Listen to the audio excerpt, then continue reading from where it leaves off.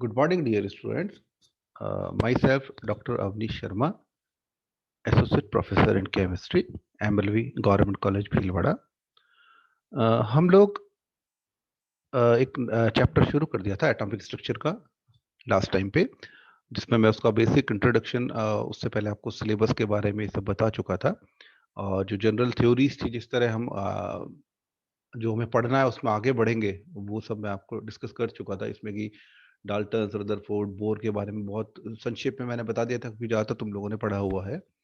और जो हमारा चैप्टर है वो शुरू होता है, जैसा मैंने बताया था कि जब बोर फेल हुआ due to Heisenberg and de Broglie, तो जो डी ब्रोगली इक्वेशन है वो हमने शुरू कर दिया था, जिसमें कि डी ब्रोगली ने अपना जो नियम दिया था, dual nature of the microscopic particle, जो कि मूवेबल है, जो गतिमान है, उनके बारे में वो हम डिस्कस कर रहे थे। तो मैं स्लाइड शेयर कर देता हूँ आज। जस्ट मिनट, पहले मैं स्लाइड शेयर कर दूँ।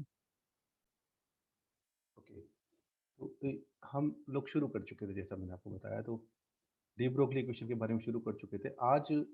उसका जो एक्सपेरिमेंटल प्रूव किया था, जो डेविसन जर्मर ने, उसको भी हम पढ़ चुके थे। आज हम पढ़ेंगे, एक तो डी ब्रोगली इक्वेशन थी, उसकी उपयोगिता क्या है ना, उसके बारे में पढ़ेंगे। एक जो लास्ट टाइम मैंने छोड़ा था, मैटर वेव्स जिन्हें कहते हैं, द्रव्य तरंगे जो कहते हैं, उनके बारे में थोड़ा हम जानेंगे कि द्रव्य तरंगे क्या होती है। क्योंकि शॉर्ट क्वेश्चंस में आ जाता है व्हाट आर मैटर वेव, द्रव्य तरंगे क्या है और वो किस तरह जो विद्युत चुंबकीय तरंगे होती हैं उनसे भिन्न होती है। तो उन्हें हम कहते हैं, क्योंकि डी ब्रोगली ने उनको खोजा था, इसलिए उनका नाम ही हमने डी ब्रोगली की द्रव्य तरंगे को कहा जाता है ना। तो हम पढ़ चुके थे कि जो डी ब्रोगली था, उन्होंने क्या कहा था कि जो आइंस्टीन का समीकरण है, ई बराबर एम सी स्क्वायर, और जो प्लैंक्स का है, E is equal to h nu, इन दोनों को मिलाकर उसने एक नया अपना एक फॉर्मूला निकाल दिया था, that is lambda is equal to h upon p और एम वी। इस तरह से ये डी ब्रोगली इक्वेशन था, हमने पढ़ लिया था। तो उसने ये कहा था कि जो इलेक्ट्रॉन है या इलेक्ट्रॉन जैसे छोटे पार्टिकल हैं जो कि मूव कर रहे हैं, गतिमान है, तो उनमें कणीय प्रकृति के साथ में तरंगी प्रकृति भी पाई जाती है। ठीक है, तो उसने ये कहा कि जो उसकी कणीय प्रकृति है, वो तो जैसे ये तो इंस्टेलर, सॉरी, ये मैंने बता दिया था आपको लास्ट टाइम। आइंस्टीन ने जिस तरह प्रकाश विद्युत प्रभाव कणीय प्रकृति के लिए कहा, और तरंगे ध्रुवीय ये विवर्तन है, इसी को लेकर आइंस्टीन ने जो परमाणु संबंधी सिद्धांत थे, बोर की, प्लैंक्स का कांस्टेंट सिद्धांत था, और प्रकाश की द्वैत प्रकृति, आइंस्टीन जो सिद्धांत था, इन तीनों को मिला के उसने दिया था E lambda is equal to h upon m v. ये यहाँ तक हम पढ़ चुके थे, है ना। तो इन ये जो द्रव्य कण जो उसने बताए, कौन से कण, इलेक्ट्रॉन, तो उसने स्टडी किया, या हम कहें कि जितने भी सूक्ष्म कण हैं, सूक्ष्म कण जो कि गतियमान है, मान है, मैकेनिक्स कहलाती है इसलिए, है ना। तो उनसे संबद्ध जो तरंगे होती है, जब उनका ड्यूअल नेचर बताया गया, क्योंकि वो कण हैं, हम कह रहे हैं वो सूक्ष्म कण हैं, तो उनसे संबद्ध जो तरंगे हैं, उनको डी ब्रोगली ने कहा द्रव्य तरंगे। ठीक है, मैटर वेव्स। और ऐसे जो सूक्ष्म कण होते हैं, इसमें अगर हम कह रहे हैं कि जो डी ब्रोगली कह रहे हैं कि ड्यूअल नेचर है, एक तरंग का और एक कण का, तो उन्होंने ये भी कहा कि जो भी पार्टिकल हम स्टडी कर रहे हैं, वो एक समय में एक ही प्रकार का गुण दिखाएगा, या तो वो तरंगीय गुण दिखाएगा या वो कणीय गुण दिखाएगा। ठीक है, तो जब ऐसे पार्टिकल्स की हम बात करते हैं, ऐसे द्रव्य की बात करते हैं, तो उसकी जो तरंगीय गुण है उसमें आता है एक तो वेवलेंथ, और एक आता है आवृत्ति। इन दोनों से ही हम बहुत अच्छे से परिचित हैं कि वेवलेंथ क्या होती है और आवृत्ति क्या होती है ना। और जो उसकी पार्टिकल नेचर है, वो हम जानते हैं, ये संवेग है और ऊर्जा है ना? तो ये सूक्ष्म कणों पे लागू है, जो डी ब्रोगली का इक्वेशन होता है। बड़े कणों पे लागू क्यों नहीं होता है? क्योंकि लैम्डा लैम्डा होता है, दैट इज इक्वल टू, देख पा रहे हैं कि एच अपॉन एम वी होता है। तो जैसे ही हम बड़े कणों की बात करते हैं, तो ये जो पार्टिकल है, ये पार्ट है इसका, ये बहुत ज़्यादा हो जाता है। जैसे ये ज़्यादा होगा, तो लैम्डा इसका इन्वर्सली प्रोपोर्शनल है, तो लैम्डा की वैल्यू बहुत ही कम हो जाती है, और वो अनडिटेक्टेबल है। इसलिए ये सूक्ष्म कणों पे ही लागू होता है, बड़े कणों पे लागू नहीं होता है। द्रव्य तरंगे जो द्रव्य के साथ ही एसोसिएटेड हैं, उनको डी ब्रोगली द्रव्य तरंगे, मैटर वेव्स भी कहा गया है ना। ये पार्टिकल है, सपोज ये पार्टिकल ही अपने आप में मूव कर रहा है ना। ये है, ये द्रव्य तरंगे होती है। अब अंतर, अंतर क्या है? जो एक विद्युत चुम्बकीय तरंगे जिनके बारे में आज तक हम जानते थे, जब तक डी ब्रोगली था तब तक ये जानते थे, और जो द्रव्य तरंगे जो उन्होंने डी ब्रोगली दी, उन दोनों में फ़र्क क्या है? तो मोटा-मोटा काफ़ी फ़र्क होता है, दोनों ही बिल्कुल उनका सोर्स ही अलग है, ठीक है? उनका व्यवहार ही अलग है, उनकी रिक्वायरमेंट्स अलग हैं, तो वो क्या अंतर है देखते हैं हम एक-एक करके। सबसे पहला तो विद्युत चुम्बकीय तरंग, इसमें विद्युत एवं चुंबकीय घटक होते हैं, हम ये जानते हैं। होता क्या है विद्युत चुम्बकीय तरंग? इस तरह अगर देखें, एक विद्युत चुम्बकीय तरंग प्रोपेगेट कर रही है, तो इसके 2 पार्ट्स होते हैं, एक इस तरह, ठीक है? और एक इसी के पैरेलल में इस तरह, ठीक है? एक जो होता है वो तो होता है यहाँ पे, ये सपोज मैग्नेटिक पार्ट है, इस वन, और एक होता है वो इलेक्ट्रिक पार्ट होता है, ठीक है? एक विद्युत चुंबकीय घटक है और एक विद्युत घटक है। जबकि जो द्रव्य तरंगे हैं, उनमें ऐसा कोई भी चुंबकीय और विद्युत घटक नहीं होता है, वो मैटर खुद ही प्रोपेगेट आगे कर रहा है ना? ठीक है? जो विद्युत चुम्बकीय तरंगे हैं, उनमें लगभग सभी विद्युत चुम्बकीय तरंगे हैं, उनका वेग प्रकाश के वेग के बराबर होता है, जो काफी ज्यादा है, 3 इंटू 10⁻⁴ मीटर पर सेकेंड।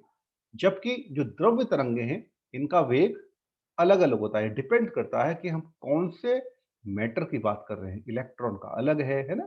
जिस जिस भी अपन पार्टिकल की बात कर रहे हैं, उसके लिए अलग अलग वेग वेलोसिटी होगी, और वो प्रकाश के वेग से हमेशा कम होता है। 2 चीजें हो गई। तीसरा, ये शून्य में विकृत होती है। शून्य मतलब क्या हुआ? निर्वात, ठीक है? ये निर्वात में विकृत हो सकती हैं, जबकि ये शून्य में विकृत नहीं हो सकते। इनके लिए मीडियम आवश्यक होता है, ठीक है? और सबसे बड़ा जो मैंने कहा सोर्स डिफरेंस है, तो ये तो कण से उत्सर्जित होती हैं, जबकि ये कण से संबद्ध होती है। कण खुद ही अपने आप में वेव की तरह व्यवहार करता है, उस तरह चलता है। तो ये सारे फर्क हैं विद्युत चुम्बकीय तरंगे और द्रव्य तरंगों में। नेक्स्ट, डी ब्रोगली की उपयोगिता। तो what are the utility of de Broglie equation? इसको अगर हम देखें, तो डी ब्रोगली की सबसे बड़ी उपयोगिता इसी में होती है कि उन्होंने बोहर ने एक सिद्धांत दिया था, ठीक है? बोहर ने कहा था कि जो न्यूक्लियस है, सपोज न्यूक्लियस का तो पता चल चुका था हमें रदरफोर्ड से ना। उसके बाद उसने कहा था कि न्यूक्लियस के चारों ओर कुछ स्थायी ऊर्जा की कक्षाएं हैं, ठीक है? ऐसे सपोज 2 डायमेंशन हम दिखाएं तो, जिनमें कि इलेक्ट्रॉन चक्कर लगाता रहता है, जहां ना वो एनर्जी देता है, ना वो एनर्जी लेता है, ठीक है? और उसके लिए उसने कहा कि ये जो कक्षाएं होती हैं, इनमें जो कोणीय संवेग है mvr, ये हमेशा फुल मल्टीपल होता है h अपॉन 2 पाई का, ठीक है? फुल मल्टीपल मतलब इसको n से मल्टीप्लाई कर दो। That is condition made by bore. ये कंडीशन तो बोर ने लगा दी, पर बोर ने ये नहीं बताया कि ये mvr कहां से आया। mvr तो कोणीय संवेग है, ये h अपॉन 2 पाई कंडीशन आई क्यों, इस पर लगाई क्यों गई, ये बोर नहीं बता पाया था। तो इसको डी ब्रोगली जो समीकरण है, उससे हम समझ सकते हैं कि बोर बोर पूरी तरह गलत नहीं था। बोर की कमियां क्यों आई? बोर की कमियां इसीलिए आई कि उसने इलेक्ट्रॉन का जो पार्टिकल नेचर था, सिर्फ उसको कंसीडर किया, उसके वेव नेचर को कंसीडर वो जानते ही नहीं थे कि तब तक कि इलेक्ट्रॉन भी, या इलेक्ट्रॉन जैसे पार्टिकल वेव नेचर होता भी है, ठीक है? तो mvr is equal to nh upon 2 pi, ये तो उन्होंने दे दिया था। अब डी ब्रोगली ने इसको कैसे प्रूव किया? डी ब्रोगली ने क्या किया, इसका सत्यापन किया। सत्यापन कैसे किया देखिए, सपोज ये इलेक्ट्रॉन है, वो चक्कर लगा रहे हैं बोर के अनुसार,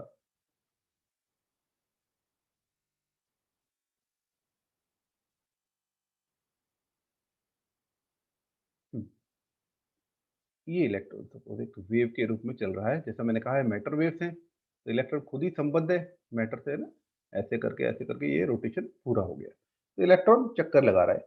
इसे हम कहते हैं इन फेज। जो वेव है वो इन फेज है, एक वेव दूसरी वेव से आके मिल गई और एक इलेक्ट्रॉन इसमें चक्कर लगाता रहा, ठीक है?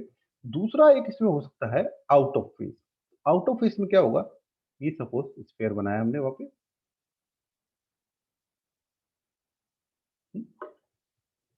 अब ये इलेक्ट्रॉन वेव मैटर वेव वापस वही मैटर वेव चक्कर लगा रही है, लेकिन क्या हुआ यहाँ आके ये फेज नहीं मिली, ठीक है, इसे हम कहते हैं आउट ऑफ फेज, ये कहलाता है इन फेज। तो ये कंडीशन है इसके लिए, ठीक है, ये प्रूवन है कि इलेक्ट्रॉन जब एक वृत्तीय पथ में घूम रहा है, सपोज ये इलेक्ट्रॉन है, जैसा मैंने आपको बताया इलेक्ट्रॉन है ये, जो मैटर वेव के रूप में घूम रहा है, तो ये जो इलेक्ट्रॉन का वृत्तीय पथ है ये तभी निरंतर रहेगा जबकि जो उस वृत्त है उसकी परिधि का जो मान है दैट इज 2 पाई आर, ये जो परिधि का मान है वो उसकी जो लैम्डा है वेव का, उसका फुल मल्टीपल होगा। 2 pi is equal to 2 pi r is equal to n lambda. तो ये 2 पाई आर तो हो गई परिधि हमारी, ठीक है, परिधि, और लैम्डा हो गई यहाँ वेवलेंथ, तरंगदैर्घ्य उस मैटर वेव की जिसकी हम बात कर रहे हैं, यहाँ पे इलेक्ट्रॉन है, और एन एक पूर्णांक हो गया, n is equal to 1 2 3 and so on.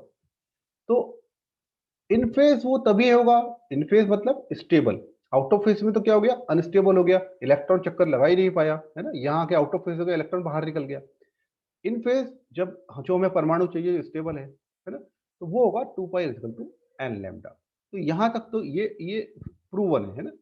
अब इससे कैसे डी ब्रोगली ने निकाला कि भाई ये बोर सही था, उसने क्या किया कि 2 pi r equal to n lambda है, lambda is equal to h upon m v, ये जैसा कि नीचे भी लिखा हुआ है मैंने, ये डी ब्रोगली समीकरण है। तो यहाँ जो लैम्डा है, इस लैम्डा की जगह ये वैल्यू हम पुट कर देंगे, that is 2 pi r is equal to n h upon m v, और इस आर को यहाँ से इधर ले गए हम अगर सपोज, ये हो गया m v r is equal to n h upon 2 pi, यहाँ से यहाँ आ गया, एम वी इधर आ गया, तो हो जाएगा m v r is equal to n h upon 2 pi, और यही बोर का अभिकरण था।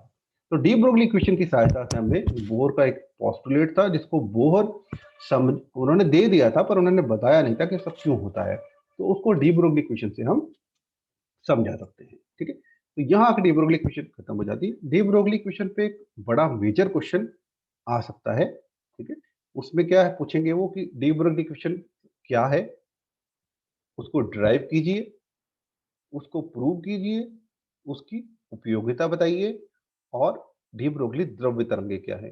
तो ये पूरा मिलके एक बड़ा क्वेश्चन बन सकता है। इसको बहुत मुश्किल नहीं, बहुत इजी है। डी ब्रोगली इक्वेशन हमने पढ़ लिया है, that is lambda is equal to h upon m v, ठीक है। डी ब्रोगली इक्वेशन है क्या, वो लैम्डा और संवेग के बीच में संबंध बताता है किसी भी अति सूक्ष्म पार्टिकल के लिए, है ना। डी ब्रोगली ने द्वैत प्रकृति को दिया था, कण की किसी भी छोटे जो सूक्ष्म कण है उसकी द्वैत प्रकृति को डी ब्रोगली ने बताया था।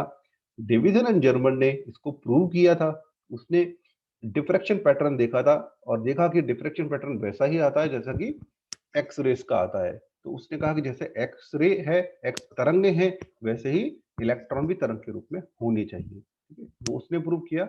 उसके बाद में इसकी उपयोगिता में अभी अभी हमने देखा जैसा कि इसने जो बोर ने 2 पाई आर जो n h upon 2 pi m v r equal to n h upon 2 pi को जो बोर ने कहा था, उसको इसने प्रूव किया कि भाई ऐसा होता क्यों है ना, ये है। तो ये सारा एक बड़ा क्वेश्चन आता है, तो आई होप आप लोगों को समझ में आ गया होगा। तो अब हम आगे बढ़ते हैं दूसरी थ्योरी की तरफ। तो पहली थ्योरी जिसने बोर को फेल किया वो तो था डी ब्रोगली इक्वेशन, जिसने कि इलेक्ट्रॉन इलेक्ट्रॉन जैसे छोटे पार्टिकल थे उनको उनका वेव नेचर के बारे में बताया, उनके ड्यूअल नेचर के बारे में बताया।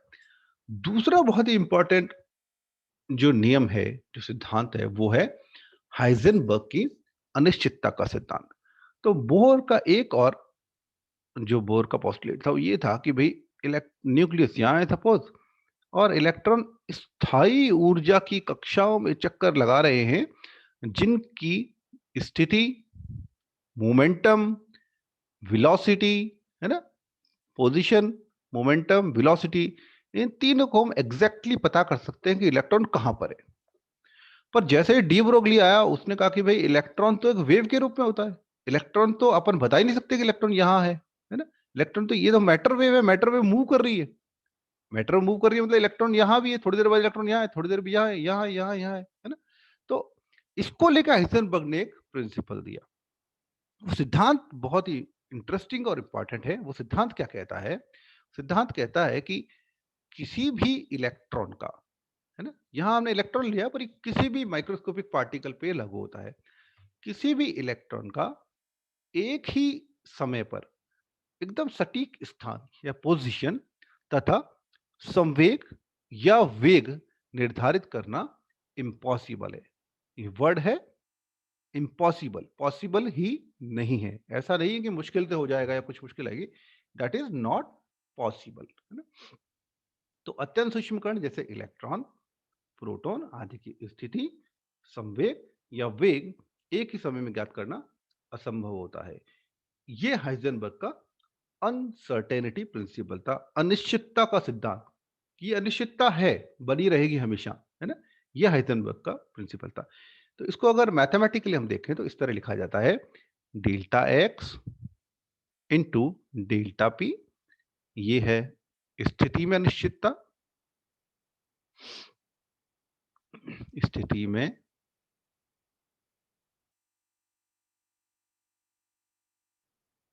अनिश्चितता, है ना। ये है संवेग में अनिश्चितता,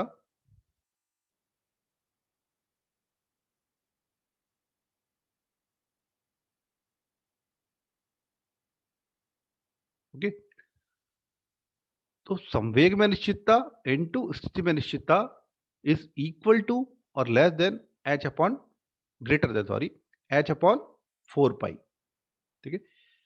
और P इजिकल टू होता है एम वी, तो हम यहाँ इसको ये भी पुट कर सकते हैं। तो एम तो क्योंकि कांस्टेंट है, उसमें तो कोई अनिश्चितता होती नहीं है, तो ये डेल्टा भी आ जाता है यहाँ पर। तो स्थिति में अनिश्चितता या वेग में अनिश्चितता, यह है वेग में अनिश्चितता, सॉरी।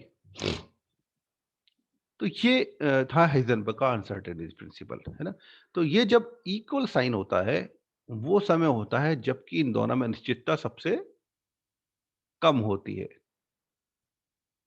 कम होती है, ठीक है। अब इसको समझें, समझें कैसे कि यदि हाइजेनबर्ग ये कहते हैं कि यदि हमें स्थिति में अनिश्चितता बहुत ज्यादा है, ठीक है, हम पोजीशन उसकी नहीं पता कर पा रहे हैं, है ना, तो उस समय पर हम उसकी वेलोसिटी अच्छे से पता कर पाएंगे। या हम कहें कि उसकी वेलोसिटी, उसके बाद हमें जो वेलोसिटी है वो पता नहीं चल रहा है ना, यानी कि डेल्टा वी बहुत ज्यादा है, तो उस समय पे डेल्टा एक्स बहुत कम हो जाएगा क्योंकि बाकी सारी चीजें कांस्टेंट है। मास कांस्टेंट है, पाई हम जानते हैं कांस्टेंट है, एज इज प्लैंक्स कांस्टेंट है। तो ये सारी चीजें क्योंकि कांस्टेंट है, तो दोनों का जो मल्टीप्लीकेशन है वो भी कांस्टेंट होना चाहिए। तो ये कम होता है तो ये ज्यादा होता है तो ये कम, ठीक है। तो ये होता है अनिश्चितता। या इसको यूं कहें तो कि डेल्टा एक्स जब 0 होता है, मतलब जो स्थिति में अनिश्चितता है वो बहुत कम है, स्थिति हम अच्छे से पता करवा रहे हैं, ऐसे टाइम पर जो वेलोसिटी है it is tends to be infinite, ये बहुत ज्यादा हो जाएगी, वेलोसिटी हम पता ही नहीं कर सकते। या जब वेलोसिटी हम पता कर पा रहे हैं उसकी अनिश्चितता 0 है, तो ऐसे टाइम पे जो स्थिति है it tends to be infinite, की स्थिति हम पता नहीं कर सकते। तो दोनों में से एक अनिश्चित होगा, है ना। और इंपॉर्टेंट चीज ये है कि ये जो अनिश्चितता है ये किसी प्रैक्टिकल एरर के कारण नहीं है, ये कोई प्रायोगिक त्रुटि नहीं हो रही है, जब बल्कि ये एक इन दोनों में ही अंतर्निहित अनिर्धायता है कि इनको निर्धारित किया ही नहीं जा सकता है, ये बिल्कुल इम्पॉसिबल है। ये जो वर्ड है ये बहुत ही इंपॉर्टेंट है, अंतर्निहित अनिर्धायता, ठीक है। ये है जो कि इलेक्ट्रॉन की जो वेव नेचर है, जिसको कि डी ब्रोगली ने बताया था, उसमें नहीं थे। जब तक इसको पार्टिकल मानोगे, जो बोर मानते रहे, तब तक वो पॉसिबल है। लेकिन जैसे ही इसको वेव नेचर में आओगे, क्योंकि वो एक्चुअल है, ठीक है, तो जैसे ही इलेक्ट्रॉन या इलेक्ट्रॉन जैसे पार्टिकल की वेव नेचर में हम आते हैं, तो उनकी जो स्थिति है और संवेग है दोनों को एक साथ ज्ञात बिल्कुल कर ही नहीं सकते हैं, उसमें निश्चितता रहेगी, ठीक है। और नील्स बोर ने क्या किया था, मैंने ऊपर बता ही दिया आपको, नील्स बोर ने इलेक्ट्रॉन की स्थिति संवेग एकदम सही बता दिया था। इसीलिए वो नील्स बोर के आगे हमें एक और सिद्धांत की आवश्यकता पड़ी, जिसे हम कहते हैं आधुनिक परमाणु मॉडल, ठीक है, जो कि इलेक्ट्रॉन की वेव नेचर पर आधारित होता है। अब एक चीज और मैंने यहाँ बताई थी कि ये बहुत ही सूक्ष्म जो पार्टिकल होते हैं उन पर ही लागू होता है, बड़े पार्टिकल पे लागू नहीं होता है। कारण उसका मैं नीचे डिस्कस करूंगा, पहले हम देख लें कि यहाँ कैसे हो रहा है। तो सपोज एक 1 मिलीग्राम, जो कि एक अच्छा खासा मास है, अगर हम इसको हम बहुत सूक्ष्म नहीं कह सकते हैं, तो 1 मिलीग्राम का कोई पार्टिकल अगर मूव कर रहा है, उसके लिए हम अनिश्चितता की अगर बात करें तो वो क्या होगी, delta we, delta S that is H upon 4 5 m, H Planck's constant है ही, मास हमें पता है, हमने यहाँ रख दिया 1 मिलीग्राम, दैट इज 10 - 6 kg हो गया। तो ये आता है 10⁻⁻28 एम स्क्वायर इनवर्स एस, है ना। और अभी यही अगर हम बात करें इलेक्ट्रॉन की, जिसका मास बहुत कम है, जो कि बहुत ही सूक्ष्म है पार्टिकल, उसके लिए वैल्यू होती है 10⁻⁻4। इससे अगर हम निकालें वेलोसिटी में, अगर निकालें सपोज कितनी अनिश्चितता है, तो वो आ जाती है 10⁻+4, बहुत ज्यादा। ठीक है, तो अगर हम स्थिति में अनिश्चितता कम है ना, सपोज हमने यहाँ लिया है 10 - 8, अगर स्थिति में अनिश्चितता बहुत कम है तो वेलोसिटी में अनिश्चितता बहुत ज्यादा हो जाएगी, और इसका उल्टा, अगर वेलोसिटी में अनिश्चितता कम है तो स्थिति में अनिश्चितता ज्यादा हो जाएगी। ठीक है, तो ये बड़े जो पार्टिकल हैं उन पे तो ये लागू नहीं होता है, लेकिन सूक्ष्म पार्टिकल पे ये लागू होता है ना।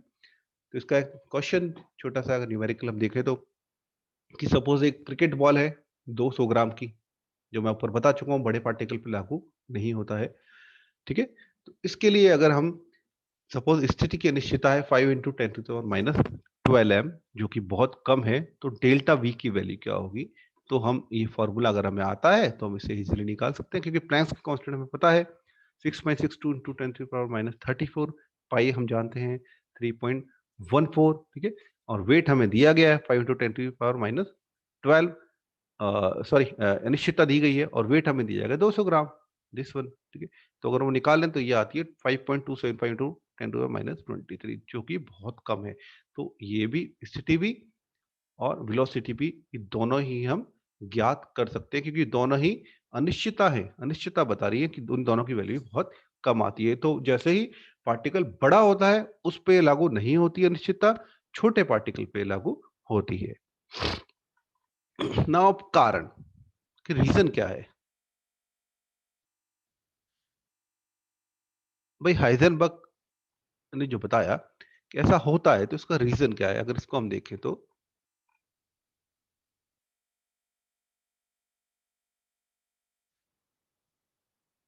हम्म, तो सपोज कीजिए कि एक इलेक्ट्रॉन यहाँ पर है, हम इलेक्ट्रॉन की बात कर रहे हैं अभी। ठीक है, इलेक्ट्रॉन यहाँ पर है, और वो एक बहुत ही वृत्तीय पथ में घूम रहा है, उसका पथ है, सपोज ये जा रहा है, ये वृत्तीय पथ में जा रहा है, ऐसे जा रहा है ना, ये घूम रहा है, सपोज पथ को मैं पूरा ही कर देता हूँ।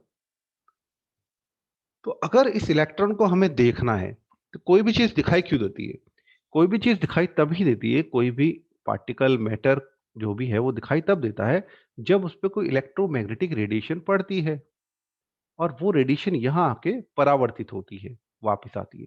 तो इसको हम जो जो भी ये इलेक्ट्रोमैग्नेटिक रेडिएशन पढ़ा, इसका सप्लीमेंट्री जो कलर होता है वो हमें दिखाई देता है। ये देखने का एक प्रोसेस है ना, ये प्रिंसिपल है किसी भी चीज को देखने का, कि जब तक वो परावर्तित होकर नहीं आएगी उसको हम नहीं देख पाएंगे।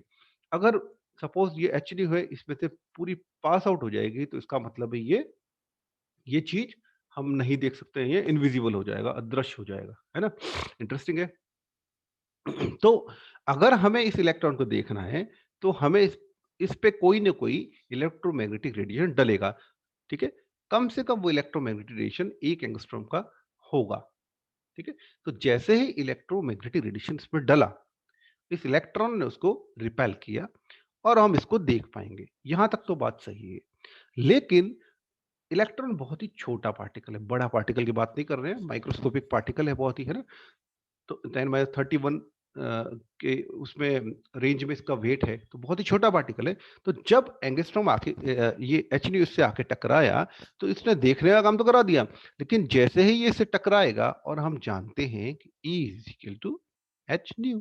ठीक है, न्यू इज इक्वल टू होता है C अपॉन लैम्डा। तो एनर्जी और फ्रीक्वेंसी या वेव या लैम्डा इनमें रिलेशन है, ये हम जानते हैं। ठीक है, तो इसके पास कुछ ना कुछ एनर्जी है, मेरे कहने का मतलब ये है। तो जैसे ही ये इस पे आएगा तो ये अपनी एनर्जी इसको दे देगा, और जैसे ही इस छोटे से पार्टिकल पे 1 एंगस्ट्रॉम का पार्टिकल आके टकराया तो एनर्जी उसने उसको दी। उससे क्या होगा कि जो इलेक्ट्रॉन है उसका जो पाथ था वो डेविएट हो जाएगा। उसको जाना था इधर, लेकिन जैसे ही टकराएगा वो उसका पाथ डेविएट हो जाएगा। इसे हम कहते हैं पथ में परिवर्तन। ठीक है, तो अब क्या है, हमने वेलोसिटी तो उसको देख लिया, स्थिति तो पता लगा ली, लेकिन क्या हुआ, ये यहां से पाथ परिवर्तन हो गया, उसकी वेलोसिटी हम पता नहीं लगा पाएंगे। ठीक है, तो ये कारण है। और अगर हम एंगस्ट्रॉम से कम का अगर उस पे सपोज वेलोसिटी यहाँ चेंज हो गई ना, पोजीशन पता लगा लिया हमने, लेकिन अगर एक एंगस्ट्रॉम से ज्यादा का अगर वेवलेंथ उस पर डालेंगे, ठीक है, वेवलेंथ क्योंकि एनर्जी का इनवर्सली प्रोपोर्शनल होता है, 1/लैम्डा होता है, तो अगर एक एंगस्ट्रॉम से ज्यादा का हम अगर इस पे डालेंगे, सपोज तरंग दैर्घ्य वेवलेंथ जो फोटोन है, तो क्या होगा, उसकी ऊर्जा बहुत कम होगी। ऊर्जा से वेग तो नहीं बदलेगा, लेकिन उसकी पोजीशन हम एग्जैक्टली पता नहीं कर पाएंगे। तो ये कारण होता है कि हाइजेनबर्ग जो अनसर्टेनिटी प्रिंसिपल है कि किसी भी मैटर, जो सूक्ष्म पार्टिकल है, माइक्रोस्कोपिक पार्टिकल है, उसकी पोजीशन और वेलोसिटी जानने के लिए हमें उसको देखना पड़ेगा, और जैसे ही उस पे इलेक्ट्रोमैग्नेटिक रेडिएशन डलेगा वो डेविएट हो जाता है। ठीक है, इसलिए ये अनिश्चितता, इसको हमने कहा इंटरनल अनिर्धारिता, निर्धारिता, कि उसके अंदर ही निहित है, ये कोई त्रुटि नहीं है ये, है ना। इसीलिए बोर का सिद्धांत था वो गलत साबित हुआ कि इलेक्ट्रॉन जो है वो एक निश्चित ऊर्जा की कक्षाओं में चक्कर लगाते हैं, जहाँ ना ऊर्जा देते हैं ना लेते हैं, और वहां पर उसका मोमेंटम, उसकी वेलोसिटी, उसकी पोजीशन, ये तीनों चीजें हम एग्जैक्टली पता कर सकते हैं। यहाँ पर बोर गलत साबित हो गया, क्योंकि उसने इलेक्ट्रॉन का पार्टिकल नेचर को नहीं कंसीडर, वेव नेचर को सॉरी कंसीडर नहीं किया था। तो मेरे हिसाब से आप लोग ये दोनों ही नियम समझ गए होंगे। पहला डी ब्रोगली इक्वेशन जो हमने पढ़ा, दूसरा हाइजेनबर्ग का प्रिंसिपल, और ये दोनों ही प्रिंसिपल दोनों ही रिस्पॉन्सिबल थे, सॉरी, किसके लिए, बोर के फेलियर के लिए। तो बोर जो फेल हुआ वो इन दोनों के कारण ही हुआ। तो आज हम यहीं तक करेंगे, और नेक्स्ट क्लास में हम लोग पढ़ेंगे कक्षक के बारे में। जो कक्षक की अवधारणा दी गई, वो कक्षक की अवधारणा देने का कारण भी कौन बना, हाइजेनबर्ग एंड डी ब्रोगली। इन दोनों के कारण ही कक्षक की अवधारणा दी गई। और कक्षक है क्या, मैं आपको छोटा सा बताऊं कि जो कक्षक थे, जैसे बोर ने तो बता दिया भाई यहाँ इलेक्ट्रॉन मिलेगा, ठीक है, लेकिन कक्षक ये नहीं होता है। कक्षक होता है इलेक्ट्रॉन, क्योंकि इलेक्ट्रॉन वेव रूप में है ना, पार्टिकल नेचर नहीं है उसका, मैटर वेव है। तो इलेक्ट्रॉन के बारे में हम ये नहीं कह सकते इलेक्ट्रॉन यहाँ मिलेगा या यहाँ मिलेगा। इलेक्ट्रॉन यहाँ भी हो सकता है, यहाँ भी हो सकता है, यहाँ भी हो सकता है, किसी भी जगह हो सकता है इनमें से ना। तो एक पर्टिकुलर जगह जहाँ इलेक्ट्रॉन पाए जाने की संभावना मैक्सिमम हो, ठीक है, यहाँ से यहाँ तक सपोज इलेक्ट्रॉन पाए जाने की संभावना है, कहीं भी पाया जा सकता है, डॉट डॉट में दिखाते हैं इसको, इसको इलेक्ट्रॉन क्लाउड भी कहा जाता है। तो ये जो जगह होती है जहाँ इलेक्ट्रॉन पाए जाने की संभावना सबसे ज्यादा होती है, उसे कहा जाता है कक्षक। तो अगली क्लास में हम इस कक्षक के बारे में विस्तार से पढ़ेंगे। Thank you, thanks for watching me, thank you.